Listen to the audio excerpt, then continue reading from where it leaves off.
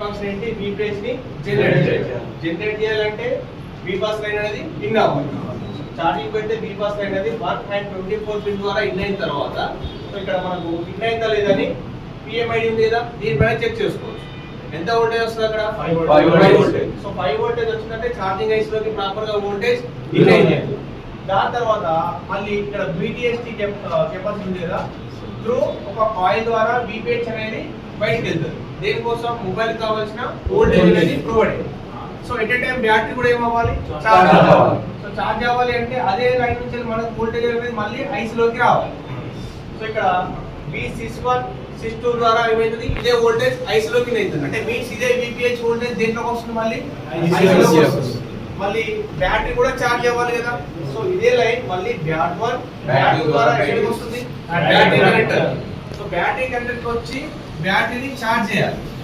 బ్యాటరీని చార్జ్ చేయాలంటే ముందు బ్యాటరీ కరెక్ట్ అయిన విషయం మనకు తెలియాలి, CPU తెలియాలి. అలాగే దీంట్లో ఎంత టెంపరేచర్ ఉందో కూడా తెలియాలి. సో టెంపరేచర్ ని రికగ్నైజ్ చేసి ఈ ID లైన్ కరెక్ట్ అయిన తర్వాత అప్పుడు మనకి ఏమైతుంది ఈ VPR లైన్ ద్వారా బ్యాటరీ అనేది చార్జ్ అవుతుంది. సో ఈ రెండు లైన్ లో కంప్లీట్ ఉన్నా మనకు బ్యాటరీ చార్జ్ అవుతుంది. ఓకే, దాని తర్వాత ఇక్కడ ఇంకొక లైన్ ఉంది చూడండి QR. ఈ QR లైన్ దేనికోసం ఇది మొబైల్ ఆఫ్ లో ఉన్నప్పుడు ఆన్ చేయడానికి పవర్ ఐసి ని ట్రిగ్గర్ చేయాలి కదా, దానికోసం ఉన్నారు QR లైన్ ఉంది. దాని తర్వాత ఇక్కడ ఇంకొకటి టెంపరేచర్ TS లైన్. ఏదైతే మొబైల్ మనం ఛార్జింగ్ పెట్టినప్పుడు టెంపరేచర్ కంప్లైంట్స్ వస్తాయి.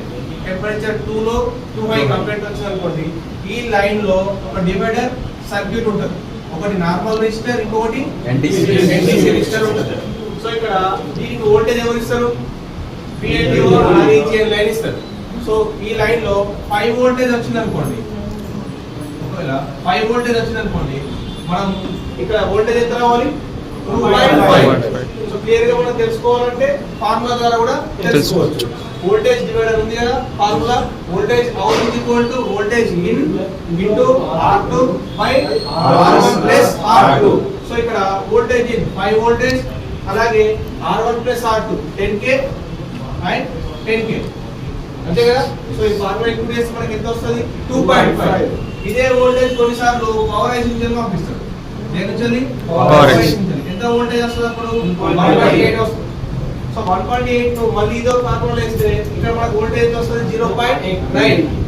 సో క్లియర్ గా అయితే 2.5 రావాలి 5 వోల్టేజ్ అయితే, లేదా 1.5 1.8 వచ్చింది అనుకోండి 0.2 నుంచి 0.9 మధ్యలో వోల్టేజ్ రావాలి. ఒకవేళ ఈ వోల్టేజ్ రాక డైరెక్ట్ వోల్టేజ్ దీనికి TS లైన్ చేస్తే మనకు టెంపరేచర్ ఇష్యూ కంప్లైంట్స్ వస్తాయి.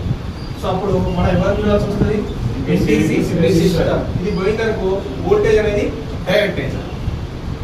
దీని ప్లేస్ లో మనం NTC రెసిస్టర్ వేసుకున్నాం అనుకోండి మళ్ళీ నార్మల్ గా టెంపరేచర్ ఇష్యూస్ ఏమైనా వస్తే చూపిస్తుంది, లేదా నార్మల్ రెసిస్టర్ వేసుకున్నాం అనుకోండి అలాంటి కంప్లైంట్ ఏం రాదు కదా. సో హీట్ అయినా ఏమైనా మనకు టెంపరేచర్ ఇష్యూస్ ఏం కూడా చూపించదు. ఓకేనా. దాని తర్వాత CE అంటే సెల్ఫ్ ఎనేబుల్. సో ఛార్జింగ్ అనేసి VPH జనరేట్ చేయాలి. సో మనకు ఎప్పుడైతే VPH జనరేట్ అవుతుందో మిగతా ఐసీలకు అప్పుడు వోల్టేజ్ పోతుంది. సో దానికన్నా ముందు ఇది దీని ఇచ్చింది మనకు VPH జనరేట్ చేయాలి కదా. సో ఈ సెల్ఫ్ ఎనేబుల్ ఈ 10K రెసిస్టర్ ద్వారా ఛార్జింగ్ చేసి ఏమైతుంది సెల్ఫ్ ఎనేబుల్ VPH ని జనరేట్ చేస్తుంది. దాని తర్వాత మళ్ళీ ఎవరు ఉన్నారు 8 పిన్ ఎవరు NC, ఇది కూడా నో కనెక్షన్.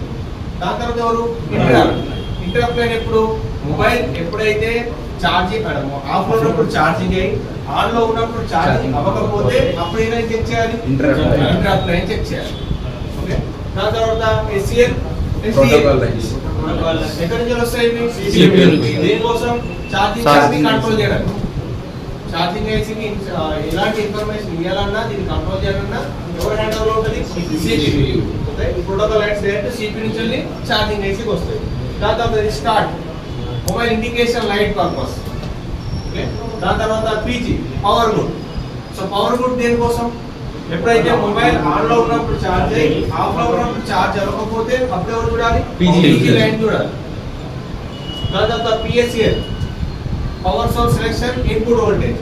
సో ఇది దేనికోసం స్లో ఛార్జింగ్ మొబైల్ ని ఫాస్ట్ గా ఛార్జ్ చేయడానికి. మీన్స్ ఆంపియర్స్ ను పెంచి CPU ఏం చేస్తుంది ఆంపియర్స్ ని పెంచమని ఏం చెప్తుంది ఛార్జింగ్ ఐసీకి చెప్తుంది. అప్పుడు బ్యాటరీ అనేది ఏమవ్వాలి తొందరగా ఛార్జ్ అవ్వాలి.